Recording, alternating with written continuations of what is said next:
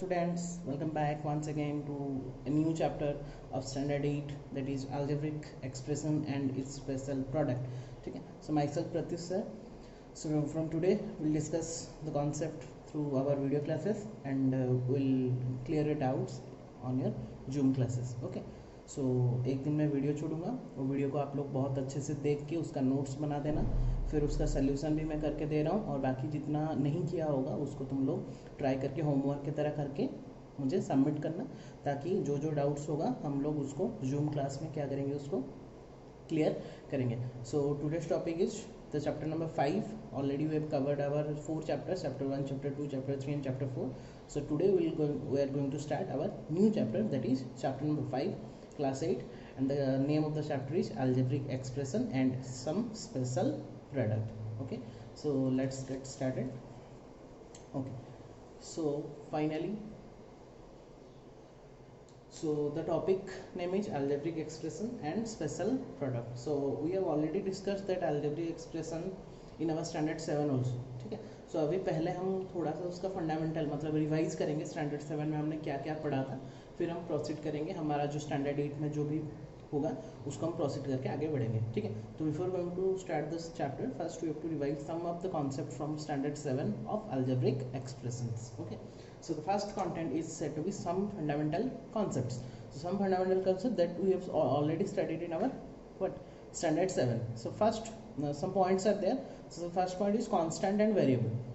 So the first point is constant and variable. अभी हम constant किसको बोलते हैं, वेरिएबल किसको बोलते हैं, बहुत मतलब सिंपल सा कॉन्सेप्ट में हम समझेंगे, इतना डेफिनेशन नहीं लिखना है हमको बस कॉन्सेप्ट समझना है. ठीक है, सो कांस्टेंट का मतलब क्या होता है ना, एक फिक्स्ड वैल्यू जो होता है उसको हम कांस्टेंट बोलते हैं. लाइक 1 2 3/4 -0.5 +0.5 0.3, कुछ भी एक नंबर जो कि फिक्स्ड वैल्यू देता है, मतलब उसका वैल्यू कभी भी चेंज नहीं होगा.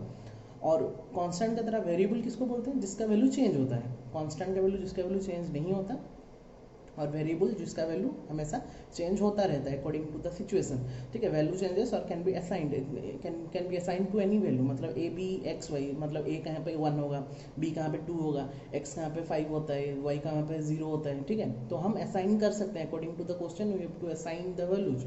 सो therefore these are said to be variable and these are said to be constant. Constant is the fixed values and variable can the value can vary. ठीक है, वो चेंज हो सकता है. So this is all about the constant and variable. Now come back to the main concept, that is algebraic expression. So what do you mean by algebraic expression? A combination of constant and variable. यहाँ पे क्या होता है ना, हम कुछ constant को और कुछ variables को क्या करते हैं, combine करते हैं, connected by the operations plus minus into divide. कुछ operations के द्वारा हम उसको क्या करते हैं, connect करते हैं. It's called as algebraic expression. ठीक है, so it is called as algebraic expression, like 4x plus y, 3xy, a by b, a minus 3b. So these are the constant. Here 4 is the constant, x is the variable, here y is the variable, here 3 is the constant, x is the variable, y is the variable, here a is the variable, b is the variable, a variable, 3 is the constant, b is variable. ठीक है, so constant variable के combination को हम अगर plus minus into divide के form में separate करके लिख लेते हैं, that total expression is said to be algebraic expression. Clear? So now coming back to the term, what do you mean by term? The various parts of the algebraic expression connected by plus or minus sign. बहुत part जो रहता है, एक part कहाँ पे 1 part are there, 1 part is there, कहाँ पे 2 parts are there. ठीक है, बहुत सारा पार्ट्स जो रहता है, वो पार्ट्स पर्टिकुलर पार्ट्स को हम क्या बोलते हैं, टर्म्स बोलते हैं. जैसे कि मैंने यहाँ पे लिखा है 3x minus y. So how many terms are there, obviously 2 terms are there, 1 is 3x, 1 is y. It is separated by the sign minus sign. ठीक है, तो यहाँ पे ये वाला एक टर्म हो गया, ये वाला एक टर्म हो गया. यहाँ पे मैंने लिखा है a plus b minus c. So here a is 1 term, b is 1 term, c is 1 term, separated by plus and minus sign. So this is how many terms are there? 3 terms are there. How many terms are there? 2 terms are there. Clear? This is all about constant, algebraic expression and terms. Okay, so now coming back to the next content, fourth content, that is like term and unlike term. Obviously आप लोगों को पता है like term और unlike term किसको बोलते हैं. Like terms जिसको बोलते हैं जहाँ पे कि उसका जो वेरिएबल रहता है और उसका जो पावर रहता है वो सेम रहता है. कांस्टेंट कुछ भी होगा, 4 6 8 जो भी हो सकता है, लेकिन उसका जो वेरिएबल होगा, यहाँ पे x है, यहाँ पे भी x है, यहाँ पे भी x है. ठीक है, और उसका पावर भी कितना है, यहाँ पे भी 1, यहाँ पे भी 1, वहाँ पे भी, मतलब उसका पावर x का power. So these are said to be like terms. ठीक है, तो अनलाइक टर्म्स किसको बोलेंगे, जहाँ पे कि उसका वेरिएबल सब हर जगह में चेंज होगा, मतलब कहीं पे भी सेम नहीं होगा. मतलब यहाँ पे z है, यहाँ पे y आ गया, यहाँ पे x y आ गया. ठीक है, तो ये तीनों टर्म्स में कहीं पे भी हमारा वेरिएबल सेम नहीं आ रहा। यहाँ पे तो तुम लोग बोले सर यहाँ पे तो y है, यहाँ पे भी y है, लेकिन यहाँ पे x भी है, यहाँ पे x नहीं है, ठीक है। so they are said to be unlike term और these are said to be like terms, clear। now coming back to the coefficient। coefficients का मतलब क्या होता है, दो टाइप का कोफिशिएंट होता है, एक होता है न्यूमेरिकल कोफिशिएंट्स, एक होता है न्यूमेरिकल कोफिशिएंट और एक होता है लिटरल कोफिशिएंट, ठीक है। So what do you mean by numerical coefficient and what do you mean by literal coefficient. So numerical coefficient that means the numerical value that is multiplied with the literal coefficients. Variable के साथ जो constant multiplied होकर होता है उसको बोलते हैं हम न्यूमेरिकल कोफिशिएंट्स, और जो जितना भी वेरिएबल्स लेता है उसको सब क्या बोलते हैं, हम लिटरल कोफिशिएंट्स बोलते हैं, ठीक है। तो कोई भी अगर पूछेगा कि 8xz में which one is the numerical coefficient, which one will be the literal coefficient, so 8 is the numerical value, that's why it is said to be numerical coefficient, and xz are the variables, that's why they are said to be literal coefficients। so ऐसा हम बहुत type का हम लेके उसको define कर सकते हैं। so this is said to be coefficient। so these are the 5 basic fundamental terms of which we are using in our algebraic expression। okay, now coming back to some of the types of algebraic expression। कितना type का algebraic expressions रहता है, so there are 4 types, ठीक है। so first one is monomial, then second one is binomial, third one is trinomial, and fourth one is multinomial। okay, so what do you mean by monomial, what do you mean by binomial, what do you mean by trinomial, and what do you mean by multinomial? Let's check, ठीक है। So monomial means an algebraic expression having one term. अगर हम definition की तरह लिखेंगे तो लिखना पड़ेगा, लेकिन मैंने इसको शॉर्टकट में समझा दिया, बहुत ही सिंपल सा कॉन्सेप्ट है कि मोनोमियल हम किसको बोलते हैं, जो अलजेब्रिक एक्सप्रेशन में हैविंग वन टर्म, एक ही टर्म रहता है उसको हम बोलते हैं मोनोमियल। जो अलजेब्रिक एक्सप्रेशन में हैविंग 2 टर्म्स रहता है, 2 टर्म रहता है, वहाँ इसको बोलते हैं बायोनोमियल, ठीक है। जहाँ पे 3 टर्म रहते हैं that is said to be trinomial having 3 terms. Multinomials का मतलब क्या होता है, हैविंग 2 और more than 2 terms, more than 2 terms मतलब 2 3 4 लाइक दैट, ठीक है। So having one term is said to be monomial, like यहाँ पे देखो 3xy xfz एक ही टर्म। हैविंग 2 टर्म्स, 2 टर्म्स जहाँ पे आता है जैसे कि 5y + 7 a - b, they are said to be binomial. Trinomial किस बोलते हैं, having 3 terms like a + b + c, यहाँ पे 7 - c + z, ठीक है, this is they are said to be trinomial. Multinomial का मतलब 2 से ज़्यादा मतलब 3 4 हो सकता है, तो x यहाँ पे 4 टर्म है, यहाँ पे 4 टर्म है, they are said to be multinomial. So these are the types of algebraic expression. Having 1 term is said to be monomial, having 2 term is said to be binomial, having 3 term is said to be trinomial, having 3 or more than 3 terms will be said to be what, multinomial, clear। okay, now coming back to the most important concept that is said to be polynomial। okay, अभी polynomial किसको बोलते हैं, an algebraic expression having some constants, यहाँ पे भी क्या होगा ना, some constant होना चाहिए, and some variables and the power of the variable must be a whole number, clear। बहुत ही सिंपल सा कॉन्सेप्ट है, समझो पहले, बहुत ही सिंपल, मतलब बुक में अगर पढ़ेंगे तो थोड़ा सा कंफ्यूज हमको लग सकता है, लेकिन यहाँ पे समझ जाओ, बहुत ही सिंपल सा कॉन्सेप्ट है कि an algebraic expression having some constant. एक अलजेब्रिक एक्सप्रेशन को हम पॉलिनोमियल कब बोलते हैं, जबकि वहाँ पे कुछ कांस्टेंट होगा, ऑब्वियसली अलजेब्रिक एक्सप्रेशन होगा तो मतलब वहाँ पे constant and variable are there, so some constant and some variable and the power of the variable, जो पावर वेरिएबल का जो पावर होना चाहिए दैट शुड बी ए और that must be a whole number. जो पावर होना चाहिए वो क्या होना चाहिए, एक होल नंबर होना चाहिए। It's general form will be, उसका जो जनरल फॉर्म होता है एक पॉलिनोमियल का, एक एक टर्म का, ठीक है, वो कैसे लिखते हैं हम, constant into variable to the power whole number, constant into variable to the power whole number. उसका मतलब क्या होता है, एक कांस्टेंट रहता है, एक वेरिएबल रहता है ऑब्वियसली, और वेरिएबल का जो पावर होना चाहिए वो होल नंबर होना चाहिए। होल नंबर मतलब बच्चे कहाँ से स्टार्टिंग होता है, 0 से, 0 1 2 3 4 लाइक दैट, ठीक है, ऐसा कुछ होना चाहिए। अगर नेगेटिव में आ रहा है या फिर फ्रैक्शन में आ रहा है या फिर पॉइंट में आ रहा है उसको हम कंसीडर नहीं करेंगे, ठीक है। तो यहाँ पे बच्चों देखो पहला लिखा है 3x², so here 3 is the constant, x is the variable, 2 is the what, power, that is a whole number, that's why it is said to be a polynomial, clear. y, sir यहाँ पे तो constant नहीं है, yes constant is there, 1 into y हम लिख सकते हैं ना, और सर वेरिएबल का पावर भी तो नहीं है, कुछ भी नहीं है, तो कुछ भी पावर नहीं होता है तो उसमें हम कहाँ कितना लिखते हैं, 1 लिखते हैं, तो y into y to there 1, obviously it will be a polynomial. Second, third में आते हैं 8a, सो इज इट, अभी एक एक टर्म्स को देखेंगे, 8a में पॉलिनोमियल होगा कि नहीं, 8 is the constant, a is the variable, sir but power नहीं है, हाँ पावर है ना, कुछ भी नहीं है मतलब कितना है, 1 है। फिर ये तो पॉलिनोमियल हो गया, अभी a² को देखते हैं, a² is polynomial not, check करेंगे, कांस्टेंट नहीं है, कुछ भी नहीं है, मतलब वहाँ पे हम कितना लगा सकते हैं, 1 लगा सकते हैं, 1 इंटू एक्स स्क्वायर हो गया ना पॉलिनोमियल, ठीक है।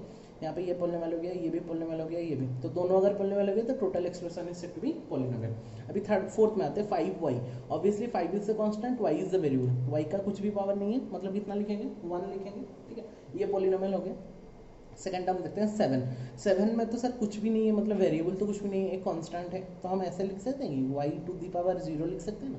y टू द पावर 0 हम क्यों लिखेंगे, क्योंकि y is the variable, 0 is the constant whole number, तो y to the power 0 something to the power 0 is always 1, ठीक है। तो यहाँ पे भी हम उसको constant into variable to the power whole number, constant into variable to the power whole number में लिख लिए। तो दीज आर द टर्म्स और algebraic expression and they all are said to be what, polynomials. Clear? So an algebraic expression having some constant and some variables and the power of the variable must be a whole number, that expression is said to be what, polynomial. Clear?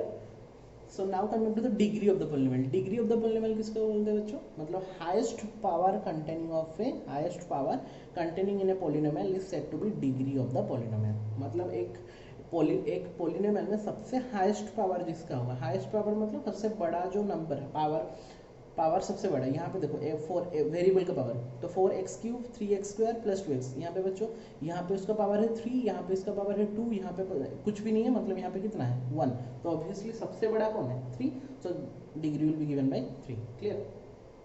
5z4 minus 4z कुछ भी नहीं है, मतलब कितना है 1, तो 4 बड़ा है 1 बड़ा है, ऑब्वियसली 4 बड़ा है, तो सबसे बड़ा जो होगा उसको वो हो जाएगा डिग्री। 3y4 प्लस 5y6, तो यहाँ पे y का 4 ही, वहाँ पे 6 है, ऑब्वियसली कौन बड़ा है 6, so degree will be 6। Clear? So this is all about the polynomials and degree of the polynomials. Short questions में आ सकता है, बहुत ही सिंपल सा कॉन्सेप्ट है। Coming back to the types of polynomial, कुछ एक टाइप्स ऑफ पॉलिनोमियल रहता है कि पॉलिनोमियल्स को हम 2 टाइप्स में डिवाइड करते हैं, एक होता है 1 वेरिएबल पॉलिनोमियल हैविंग 1 वेरिएबल, और एक होता है पॉलिनोमियल हैविंग 2 वेरिएबल। तो ऑब्वियसली बहुत ही सिंपल सा कॉन्सेप्ट, अगर एक वेरिएबल होगा पॉलिनोमियल में उसको 1 वेरिएबल पॉलिनोमियल बोलेंगे, अगर 2 और मोर वेरिएबल होगा तो उसको 2 वेरिएबल पॉलिनोमियल बोलेंगे, ठीक है। Containing only 1 variable, containing only one variable, यहाँ पे containing 2 और more variable, containing 1 variable, variable मतलब एक, तो यहाँ पे देखो a स्क्वायर प्लस है, तो तुम लोग बोलोगे सर यहाँ पे तो 2 वेरिएबल हो गया, यहाँ पे a स्क्वायर हो गया लेकिन a हो गया, लेकिन बच्चों यहाँ पे वेरिएबल तो एक ही है ना, a ही है ना, a b c और कुछ तो नहीं लिखा है, बस a ही लिखा है, तो 1 variable is there, that's why it is said to be polynomial in 1 variable. Terms में नहीं जाएंगे, वेरिएबल में जाएंगे, यहाँ पे a का स्क्वायर है, यहाँ पे a का 1 है, मतलब obviously variable is number of variable is 1, terms 2 है, ठीक है, लेकिन मुझे वेरिएबल में जाना है। 4x³ माइनस 3x, ऑब्वियसली यहाँ पे हाउ मेनी वेरिएबल्स आते हैं, 1 वेरिएबल दैट इज x, मतलब x के अलावा और कुछ लिखा है क्या, y z कुछ लिखा है नहीं लिखा है, तो 4x³ minus 3x that is also polynomial having 1 variable. 2 variable किसको बोलेंगे, यहाँ पे कि देखो यहाँ पे a भी आ गया b भी आ गया, तो हाउ मेनी वेरिएबल्स आते हैं 2 वेरिएबल्स, तो they are said to be variable in polynomial in 2 variable. यहाँ पे देखो बच्चों कितना आ गया, a भी आ गया, b भी आ गया, c भी आ गया, तो मोर देन 2 टर्म्स हो गया, तो पॉलिनोमियल हैविंग 3 वेरिएबल, ठीक है। ऐसे देख के हम डिफाइन कर सकते हैं कि एक पॉलिनोमियल में कितना वेरिएबल आ रहा है। थोड़ा नोट्स में आते हैं। नोट्स मतलब जहाँ जहाँ पे नोट्स लिखा जाएगा, मतलब समझ लेना कि वो थोड़ा इंपॉर्टेंट कॉन्सेप्ट है नोट्स मतलब, ठीक है। तो नोट्स लिखा गया, if the power of the variable of the polynomial is not a whole number, मतलब मैंने बोला ना जो पावर ऑफ द वेरिएबल अगर होल नंबर नहीं हुआ then it is not called as a polynomial. अगर वो power of the variable whole number नहीं रहा है तो उसको पॉलिनोमियल नहीं बोलेंगे। जैसे कि यहाँ पे देखो बच्चों x4 प्लस 1/x लिखा है, x to their 4 plus 1/x। अभी अगर 1/x को ऊपर में हम ले लेते हैं तो उसका पावर कितना हो जाता है, ऑब्वियसली रेसिप्रोकल को जब हम ऊपर ले लेते हैं उसका पावर कितना होता है, -1 हो जाता है। तो यहाँ पे बच्चों देखो ये तो पॉलिनोमियल हो गया, x टू द पावर 4 है, लेकिन जब हम x टू द पावर -1 कर रहे हैं वहाँ पे बच्चों देखो x का पावर कितना आ गया, -1 आ गया, and -1 is not a whole number, that's why the total expression is not called as a polynomial. It is not a polynomial because the power of x is -1, उसका पावर जो कितना है -1 है, which is not a whole number, वो whole number नहीं है, that's why it is not a polynomial, ठीक है। यहाँ पे भी 1/x है, 1/x मतलब x का पावर कितना हो गया -1, it is also not a polynomial. Clear? तो उसका जो पावर रहना चाहिए that should be a whole number होना चाहिए। So this is all about the fundamental concept about your algebraic expressions. Clear? Now coming back to the some concept of standard 8. हमने अभी जब 8th क्लास में जो पढ़ेंगे वही पढ़ेंगे अभी। The topic which we are going to study in standard 8 that is operations of polynomial. हम पॉलिनोमियल्स को ऑपरेट कैसे करेंगे, मतलब प्लस माइनस कैसे करेंगे, ये भी हमने समझना पड़ा था, फिर से थोड़ा सा पढ़ेंगे। तो पहले आते हैं addition and subtraction of a polynomial, कैसे ऐड करेंगे कैसे सब्ट्रैक्ट करेंगे। उसका दो मेथड होता है, डायरेक्टली आइदर हम इससे डायरेक्टली करके कर सकते हैं या फिर नीचे नीचे करके कर सकते हैं। तुम लोग को जौन सा ईजी लगेगा तुम लोग आराम से कर सकते हो। एग्जाम्पल नंबर 1 में आते हैं। तुम लोग के बुक में बहुत सारा एग्जाम्पल है, मैंने 2-3 किया है, तुम लोग बाकी जितना होगा उसको होमवर्क की तरह कर लेना। ऐड माइनस, और यहाँ पे एक बात याद रखना कि एडिशन और सब्ट्रैक्शन जब भी होता है वहाँ पे ओनली किसका होता है, लाइक टर्म्स का ही होता है। किसका होता है, लाइक टर्म्स। जहाँ पे लाइक टर्म्स होंगे वहाँ पे ही हम ऐड और सब्ट्रैक्ट कर सकते हैं, अनलाइक टर्म्स में हम नहीं कर सकते। ठीक है, बस उतना याद रखेंगे। पहले लिखा है add -5x² minus 11/5x² 7x² 2/3x। देखो यहाँ पे लाइक टर्म्स है कि नहीं पहले चेक कर लेते हैं। देखो x का 2 y का 2 मतलब पावर, यहाँ पे भी x का 2 y का 2, x का 2 y का 2, x सब में पावर ऑफ द वेरिएबल और वेरिएबल सब कुछ सेम है, तो they are said to be like terms, constant कुछ भी हो। फिर हम उसको ऐड करेंगे। ऐड कैसे करते हैं, मतलब पहले लिख लेंगे प्लस माइनस करके। ठीक है, फिर मैं क्या करूँगा, पहला वाला कॉन्सेप्ट में क्या बोलते हैं कि जो लाइक टर्म्स होगा उसको कॉमन ले लेते हैं, मतलब सब टर्म से x² + x² y² को कॉमन। तो बस कांस्टेंट टर्म कितना रहा, पहला में बचा -5, दूसरा में बचा -11/5, तीसरा में बचा 7, चौथा में बचा 2/3। तो जब हम उसको ऐड करेंगे, ये प्लस माइनस माइनस हो गया। ठीक है, डायरेक्टली मैं लिखा हूँ, तो इसको ऐड कर सकते हैं, एडिशन तो कर सकते हैं, फ्रैक्शन का एडिशन करते हैं। लास्ट में मेरा निकला कितना, 7/15 x² y²। आप लोग आराम से कर सकते हैं। Subtract this from this, subtract -7x² from -9x²। यहाँ पे भी लाइक टर्म्स होना चाहिए, तो सब्ट्रैक्ट दिस फ्रॉम मतलब दिस माइनस दिस। ओके, तो -9x² माइनस -7x² तो ऑब्वियसली माइनस माइनस क्या होता है, प्लस होता है, तो -9x² + 7x²। तो अभी x² को क्या करते हैं, कॉमन ले लेते हैं। तो x² कॉमन लेते हैं तो कांस्टेंट टर्म कितना रहेगा, -7, दूसरा में 7 + 7 तो -9 + 7 तो -9 + 7 दैट विल बिकम -2, तो -2x² and that will be the answer. अभी कॉलम वाला प्रोसेस ये थोड़ा इजी रहता है, मतलब बड़ा बड़ा टर्म्स को ऐड और सब्ट्रैक्ट करना ये ज़्यादा इजी रहता है। ऐड तीन टर्म यहाँ पे, 3 एक्सप्रेशन है यहाँ पे, पहला सेकंड और थर्ड। तो पहले क्या करेंगे ना, arrange the like terms and add, मतलब पहले लाइक टर्म्स को नीचे नीचे, मतलब x² है मतलब x² के नीचे x² लिखेंगे, xy है मतलब xy के नीचे xy लिखेंगे, y² है मतलब y² के नीचे y² लिखेंगे। अगर हम उल्टा पुल्टा लिख लिए तो मतलब हमको ही प्रॉब्लम होगा बाद में। ठीक है, तो मैंने सजा के लिख लिया। क्वेश्चन में उल्टा पुल्टा दे सकता है, यहाँ पे देखो पहले x² xy y², यहाँ पे लेकिन पहले xy आ गया, तो वो हमको देख के करना पड़ेगा, साइन को देख के करना पड़ेगा। तो लिख लिए, फिर क्या करेंगे ना, x², तो यहाँ पे आ गया x² -7 + 2 -3, तो हम कर सकते हैं इधर यहाँ पे डायरेक्टली नहीं कर सकते हो तो तुम रफली भी कर सकते हो कि -7 -3 होता है -10, -10 + 2 होता है -8, ऐसा भी कर सकते हैं, रफली कर सकते हैं। यहाँ पे डायरेक्टली अगर हो रहा है तो कर सकते हैं। वैसे xy के नीचे xy, y² के y² नीचे में ऐड कर देंगे, will get -8x² + 11xy + 7y²। 7 पे हमने बहुत बार किया है इसको।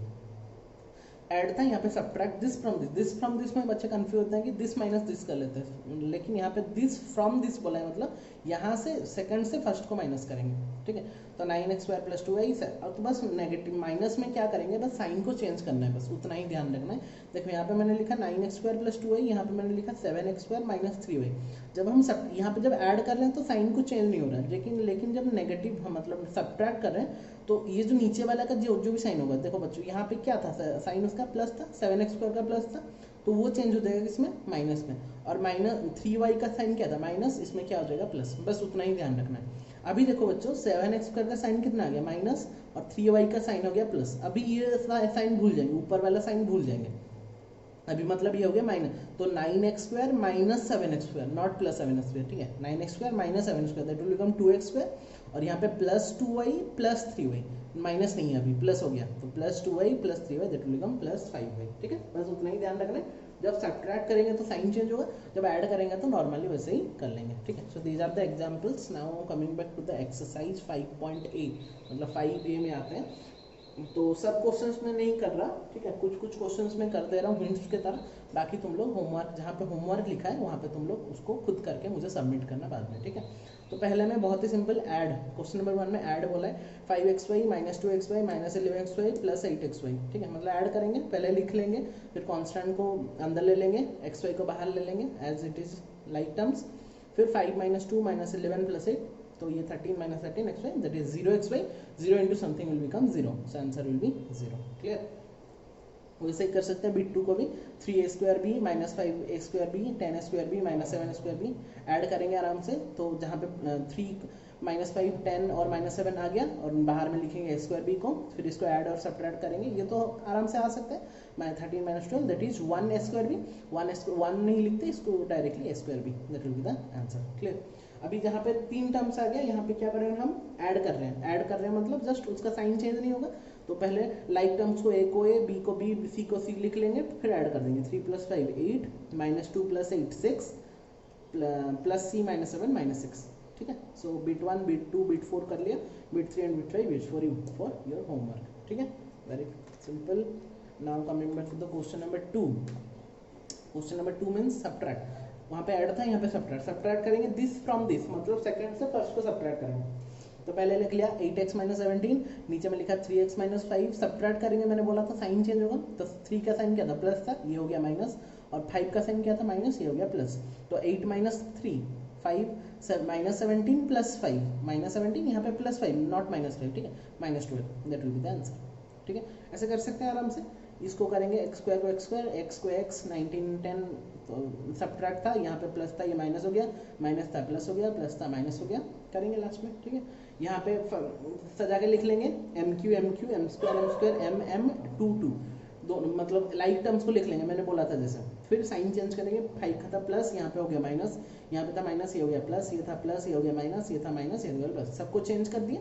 फिर करेंगे 8 minus 5 3 minus 9 plus 3 6 plus 5 minus 7 minus 2 plus 8 plus 6। ठीक है, सो बिट 1 बिट 3 बिट 6 मैंने कर लिया, bit 2 bit 4 bit 5 is for you homework. Clear, very simple concept. Coming back to the question number 3 number question में आता है, वो बोला है कि 2 adjacent sides of a rectangle are 3x² minus 5y² and 7y², मतलब वो बोल दिया है पहले से कि 2 adjacent sides of a rectangle are this and this.